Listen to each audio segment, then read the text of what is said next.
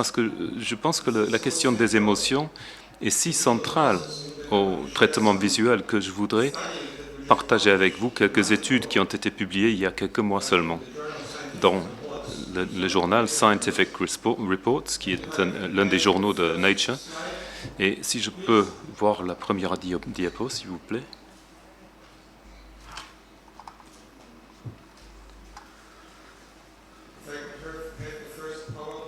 La première diapo de mon PowerPoint, s'il vous plaît. Donc, ce qu'on a fait, c'est qu'on a étudié des sujets sains et des patients et les réseaux neuronaux du cerveau de ces patients.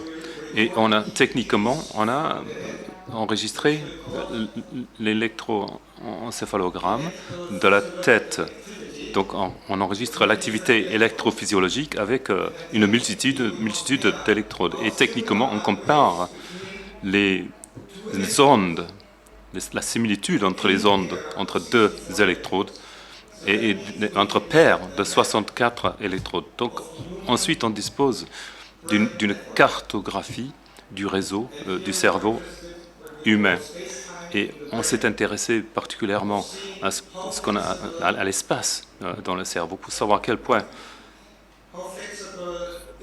la flexibilité du cerveau pour modifier ce réseau et si cela a un rapport avec la vision. Il y a eu quelques observations assez étonnantes que je souhaiterais partager avec vous maintenant. Donc le terme space-time, temps-espace, a été utilisé d'abord par Einstein. Il a dit que l'espace en 3D des planètes et de l'univers est imbriqué très étroitement avec le temps. Donc le temps et l'espace sont en interrelation. Et je pense que le principe du cerveau, c'est un peu similaire en termes de l'espace du cerveau, où le temps des émotions et l'espace en 3D peut avoir une influence sur les émotions.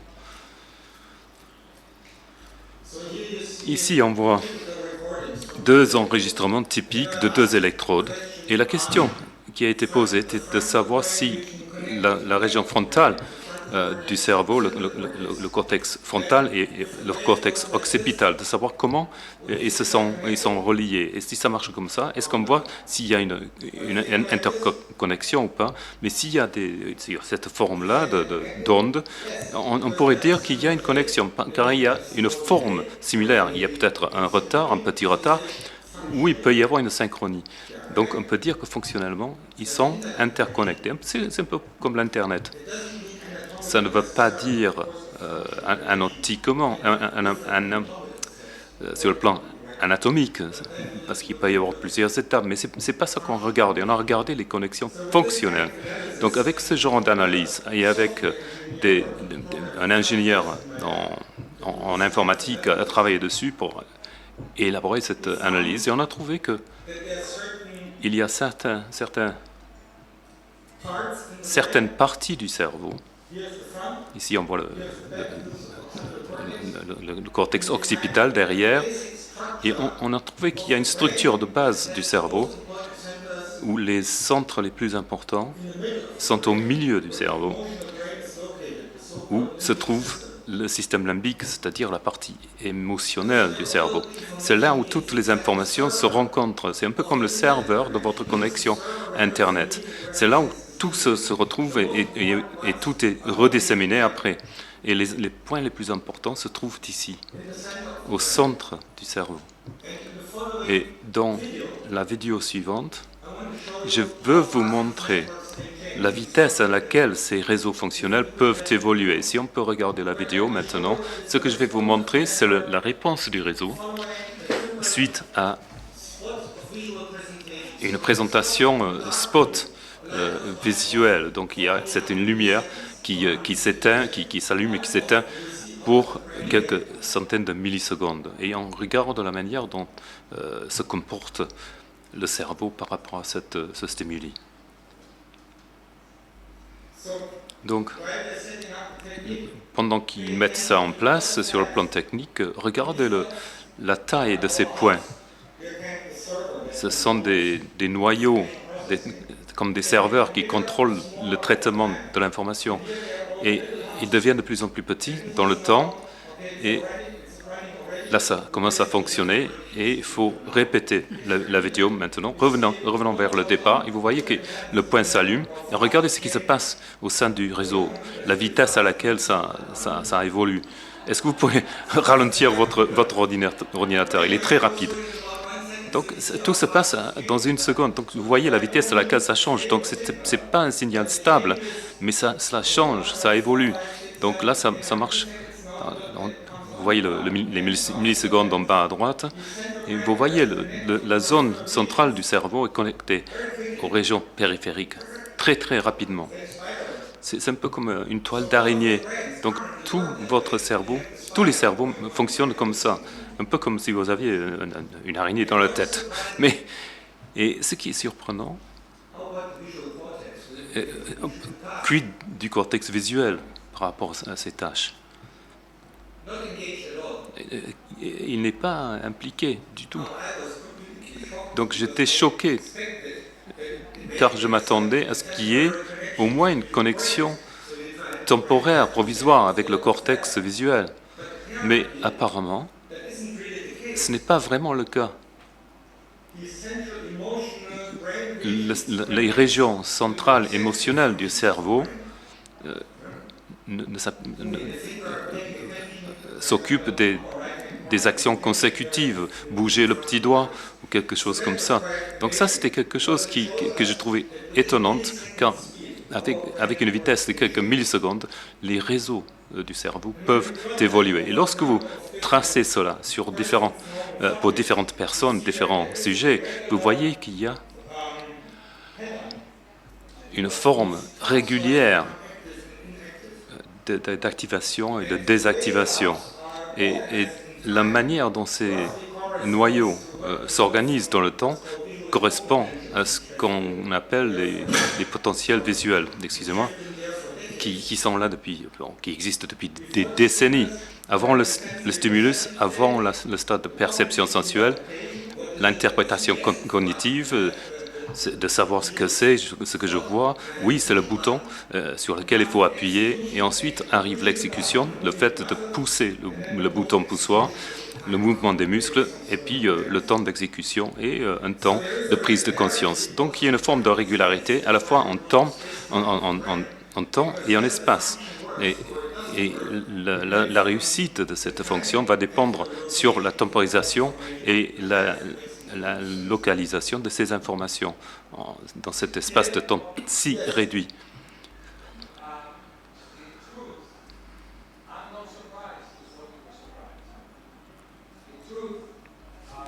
En vérité,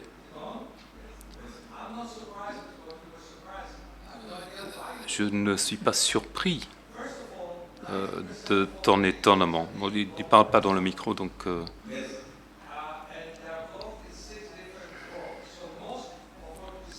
La plupart des choses qu'on voit sont bloquées d'abord. Non, il ne parle pas dans le micro, donc... Donc, je vais répéter. 90% de ce que vous voyez, sinon plus, est bloqué par le thalamus, bien avant le lobe occipital. Donc ce que vous dites n'est pas si surprenant, c'est totalement vrai. Et je suis heureux que vous l'ayez observé, mais ce n'est pas du tout surprenant, car 90% de ce que nous voyons est l'interprétation de ce qu'on voit, parce qu'on voit les choses... on confond pas le haut et le bas, c'est une interprétation du cerveau. Et ensuite, on bloque la plupart des choses qu'on voit. C'est pour cela qu'on fait des exercices oculaires. Et on doit s'ouvrir aux choses qui sont utiles, réelles. Mais en fait, c'est un peu comme un maître d'esclaves pour dire ce que doit recevoir le cerveau et ce qu'il ne doit pas recevoir. Et non, nous empêche, quand il voit certaines formes, de nous empêcher de voir certaines choses qu'on n'est pas censé voir parce qu'il va décider qu'on ne doit pas voir ceci ou cela. C'est comme ça que ça fonctionne. J'apprécie beaucoup votre enthousiasme que mon idée que j'ai substantiées avec des données correspondent à votre idée. Ce qui m'a surpris, disons, permettez-moi de dire que ce qui m'a pas surpris, c'est que le cerveau émotionnel est beaucoup lié à la perception visuelle. Car quand je dis à mes étudiants qu'il y a 80% qui est émotionnel, mais on ne sait pas, mais moi je dis 90% ou 80%, peu importe. Donc je n'étais pas surpris. Mais ce qui m'a surpris, c'est qu'à aucun moment dans la zone primaire visuelle, il y a un noyau qui répond. On a fait cette analyse avec une résolution de 8 millisecondes. Donc ça, c'était la partie surprenante. Mais la raison pour laquelle j'ai décidé de proposer de montrer ces diapos est que, en raison du fait que c'est une démonstration scientifique qui confirme quelque chose que nous, en tant que psychologues, pratiquants ou qui travaillons avec les patients, nous savons tous que les émotions sont clés, car on sait qu'il y a des parties émotionnelles du cerveau qui sont si importantes, et ce sont les parties qui sont les noyaux les plus importants. Ce sont les noyaux, les centres qui sont les plus importants, qui sont au sein du système limbique. Et ça, c'est le traitement émotionnel, c'est très proche de la zone de la mémoire, illustré par ce schéma. Donc c'est une coupe longitudinale du cerveau, donc on est en train de regarder le cerveau du côté. Donc on regarde la section centrale du cerveau. Ici, on voit le cortex cingulate qui est très pertinente pour les émotions cognitives. On ressent quelque chose, on ressent les émotions, on ressent la peur, etc. Ici, on voit le thalamus avec le noyau du thalamus, et puis on voit l'hippocampe, qui sont importants pour l'interprétation émotionnelle et l'hippocampe pour la mémoire. Donc les émotions et la mémoire sont très liées les unes aux autres, et elles fonctionnent toutes dans un circuit qui s'appelle le système limbique, où le néocortex fait la coloration émotionnelle et son interprétation du cortex simplex vers la mémoire. Est-ce que c'est un lion que je vois, ou est-ce que c'est ma copine, ma femme, excusez-moi? Est-ce que c'est l'hypothalamus, où les hormones de détresse sont relâchées? Donc, ce que nous avons, c'est un traitement des perceptions qui est contrôlé principalement par le système limbique. Je ne dis pas qu'il n'y ait pas de noyau, mais les 20% les plus importants de ces noyaux sont liés aux émotions. Il y a un traitement dans le cortex visuel, mais c'est mineur, au moins dans cette forme d'analyse de réseau. Donc ça, c'était une surprise. Donc, ça soulignait deux choses sur le plan biologique. D'abord, si notre cerveau est trop lent, entre parenthèses, en raison de problèmes vasculaires, par exemple, les fonctions peuvent être dégradées dans les parties émotionnelles. La deuxième chose, c'est que les émotions ont cette coloration dominante de ce que nous voyons, ce que nous voulons voir et ce que nous ne souhaitons pas voir. Je voulais insister dessus parce que la dernière présentation, qui était très élégante, qui parlait des réactions du corps et des émotions aux stimuli. Donc tout le cerveau est impliqué d'une façon ou d'une autre. Ne me citez pas exactement, mais vous avez le sens général, global de ce que je voulais vous dire.